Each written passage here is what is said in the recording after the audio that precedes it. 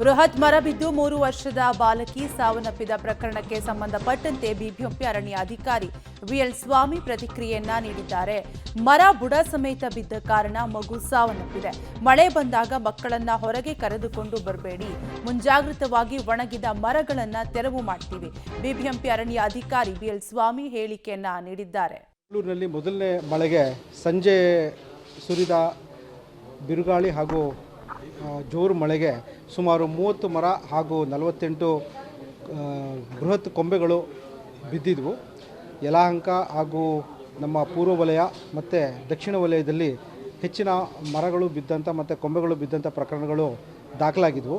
ಎಲ್ಲನೂ ನಾವು ಕ್ಲಿಯರ್ ಮಾಡ್ತಾಯಿದ್ವಿ. ಈಗ ಸಂಜೆ ಸುಮಾರು 7:30 ಸುಮಾರಿಗೆ ದ್ವಿಚಕ್ರ ವಾಹನದಲ್ಲಿ ಸತ್ಯ ಅವರು ಮತ್ತು ಅವ್ರ ಫ್ಯಾಮಿಲಿಯವರು, ಸತ್ಯ ಮತ್ತು ಮಗು ರಕ್ಷಾ ಅವರು ದ್ವಿಚಕ್ರ ವಾಹನದಲ್ಲಿ ತೆರಳುತ್ತಾ ಇರಬೇಕಾದ್ರೆ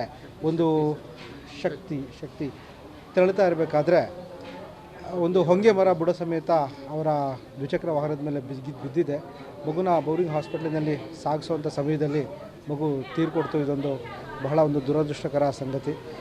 ಸಾರ್ವಜನಿಕರಲ್ಲಿ ಮನವಿ, ಮಳೆ ಬಂದಂಥ ಸಂದರ್ಭದಲ್ಲಿ ದಯವಿಟ್ಟು ಮಕ್ಕಳನ್ನು ಹಾಗೂ ಎಲ್ಲೂ ಹೊರಗಡೆ ಕರ್ಕೊಂಡು ಹೋಗೋದು ಬೇಡ ಅಂತ ಒಂದು ಮನವಿ ಮಾಡ್ತೀವಿ.